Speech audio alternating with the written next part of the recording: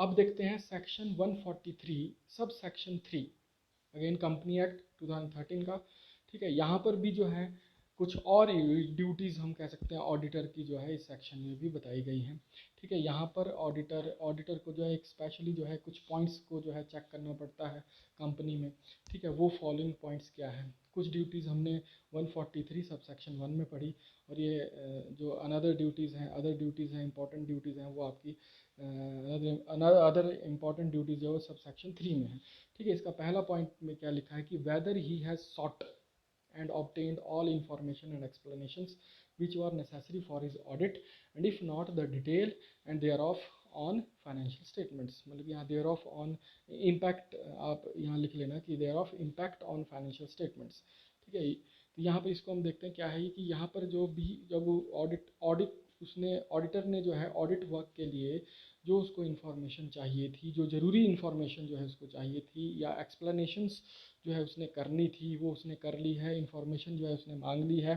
ठीक है, अगर नहीं मांगी है, ठीक है, एक्सप्लेनेशंस जो है नहीं की है, तो डिटेल जो है उसकी जो है डिटेल जो है उसको जो है उसको रिपोर्ट करना पड़ेगा, और फाइनेंशियल स्टेटमेंट्स में भी उसका जो है इम्पैक्ट जो है बताना पड़ेगा, कंपनी पे क्या उसका जो इम्पैक्ट है वो भी उसको जो है इसमें बताना पड़ेगा। ठीक है, तो यहाँ पर सेकंड पॉइंट जो है वो है आपका whether in his opinion proper books of accounts as required by law have been kept by the company. ठीक है, जो स्टैंडर्ड्स है, अकाउंटिंग स्टैंडर्ड्स है, जो लॉ है, रूल्स एंड रेगुलेशंस है, उसके हिसाब से जो है बुक्स एंड अकाउंट्स जो है कंपनी ने प्रिपेयर किए हैं कि नहीं किए हैं। ठीक है, ये जो है ऑडिटर को चेक करना पड़ेगा। ठीक है, एग्जामिन करना पड़ेगा। ठीक है, और जो अब कंपनी की जो है बड़ी कंपनी है, बड़ा बिजनेस है, तो उसके ब्रांचेस भी होंगी, ब्रांचेस में भी काम चलता होगा, वहाँ के भी अकाउंट्स होंगे।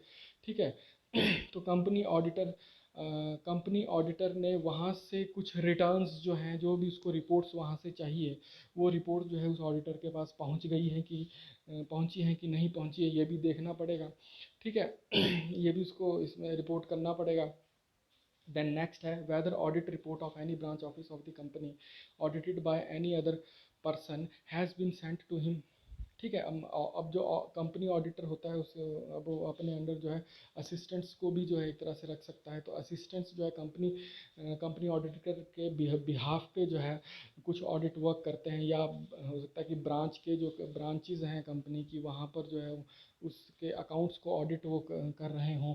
ठीक है, तो उनकी जो रिपोर्ट है, तो वो भी एक तरह से ऑडिटर के को मिल गई है कि नहीं मिली है, वो भी यहाँ पर देखना पड़ेगा। इसमें पॉइंट है whether audit report of any branch office of the company audited by an other person has been sent to him, वो इसको मिली है कि नहीं मिली है, वो चेक करना पड़ेगा।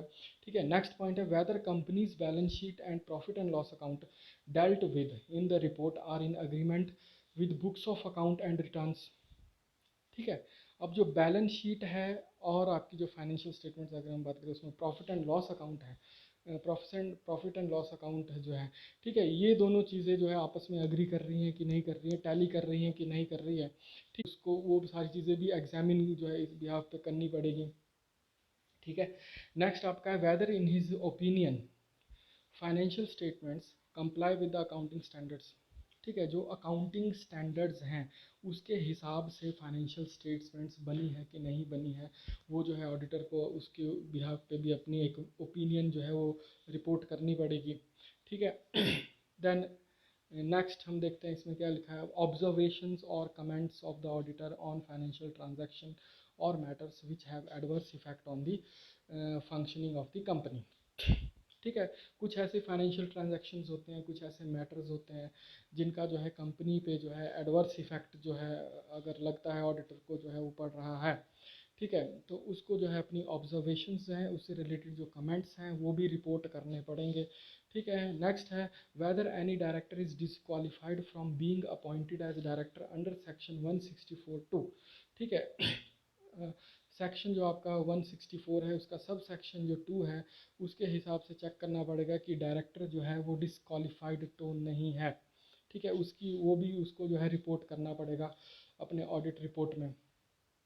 ठीक है, अब अंडर सेक्शन 164 सब सेक्शन 2 को हम देखते हैं कि इसमें सेक्शन 164 सब सेक्शन 2 में क्या है कि अ पर्सन हु इज़ और has been a director of a company which has not filed financial statements or annual returns for any continuous period of three financial years, मतलब कि 3 financial years, continuous period of 3 financial years के लिए, ठीक है, company ने जो है किसी ऐसी कंपनी का वो डायरेक्टर रहा या है जिसने पिछले 3 फाइनेंशियल ईयर्स में जो है फाइनेंशियल स्टेटमेंट्स और एनुअल रिटर्न्स को फाइल नहीं किया with the registrar of companies, ठीक है, तो वो जो पर्सन है that shall not be eligible to be reappointed as a director. उस कंपनी का वो फिर से डायरेक्टर नहीं बन सकता है और किसी दूसरी कंपनी का भी वो डायरेक्टर नहीं बन सकता है for the period of 5 years, ठीक है। तो उस केस में हम उस पर्सन को, अगर उस डायरेक्टर को जो है हम डिसक्वालीफाइड जो कहेंगे, ठीक है। और इसमें और इस सेक्शन में जो है और भी चीज़ें हैं, जैसे कि मान लो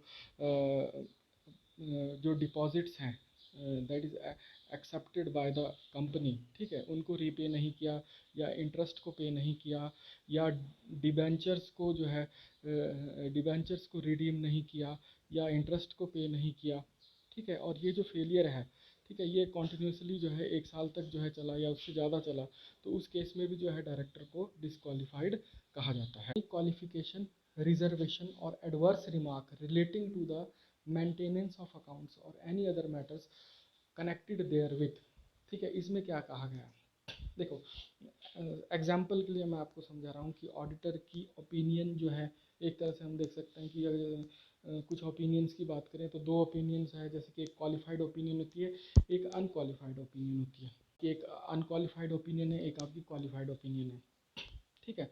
जो अनक्वालिफाइड ओपिनियन होती है वो एक तरह से पॉजिटिव रिमार्क जो है ऑडिटर जो है अपनी ऑडिट रिपोर्ट में कंपनी के लिए देता है, ठीक है। पॉजिटिव रिमार्क क्या होगा कि कंपनी कंपनी में कोई कंपनी ने कोई कुछ मिसलीड नहीं किया है, कोई फ्रॉड नहीं किया है, ठीक है, सब कुछ ट्रांसपेरेंट है, सारे लॉज का कंप्लायंस हुआ है, ठीक है, प्रॉपरली जो है बुक्स ऑफ अकाउंट्स जो है और फाइनेंशियल स्टेटमेंट्स जो है according to the accounting standards जो है वो बनाई गई है, ठीक है। तो ये जनरली अकाउंटिंग एक्सेप्टेड प्रिंसिपल्स के हिसाब से सारी चीज़ें जो स्टेटमेंट्स है, बुक ऑफ अकाउंट्स है, वो बनी है, ठीक है। तो ये जो है, ये जो चीज़ें हैं, ये उसके अनक्वालिफाइड ओपिनियन में कह सकते हैं, और एक पॉजिटिव रिमार्क जो होता है, ठीक है। अगर हम नेगेटिव रिमार्क की बात करें तो वो क्वालिफाइड ओपिनियन होती है, मतलब उन सारी चीज़ों का उल्टा, ठीक है। जैसे कि मान लो ट्रांसपेरेंसी नहीं दिखाएगी, कंप्लायंस नहीं किया गया, बुक ऑफ अकाउंट्स प्रॉपर्ली नहीं बने according to the standards, financial statements according to standards नहीं बनाई गई, ठीक है, फेक ट्रांजैक्शंस हैं, तो ये आपका जो है एक तरह से क्वालिफाइड ओपिनियन है, और इसको नेगेटिव रिमार्क जो है हम ऑडिटर का कहते हैं, ठीक है। तो ये जो अगर कोई ऐसी क्वालिफिकेशन, कोई रिजर्वेशन या एडवर्स रिमार्क हो relating to maintenance of accounts, ठीक है, उसको भी जो है ऑडिटर को रिपोर्ट करना पड़ेगा, ठीक है। नेक्स्ट पॉइंट है whether company has adequate internal financial control system in place and they are operating effectiveness. Auditor को जो है इसकी भी रिपोर्ट करनी पड़ेगी कि कंपनी में जो इंटरनल फाइनेंशियल कंट्रोल सिस्टम है वो एडिक्वेट है, ठीक है, कि वो जो है वो इंटरनल फाइनेंशियल कंट्रोल सिस्टम ऐसा है कि उस वो जो है प्रॉपरली जो है कंपनी के अकाउंट्स को जो है ऑडिट करता है, ठीक है, प्रॉपर सारी चीज़ों को एग्जामिन करता है, ठीक है, चेक करता है, रिव्यू करता है, ठीक है। और मतलब कि इसी में जो हम अभी जो बात की हमने ऑपरेटिव इफेक्टिवनेस जो है उसकी क्या है, ठीक है। तो ये आपके कुछ अदर एडिशनल हम ड्यूटीज़ जो है अंडर सेक्शन 143 सब सेक्शन 3 में हमने जो है देखी। Thank you.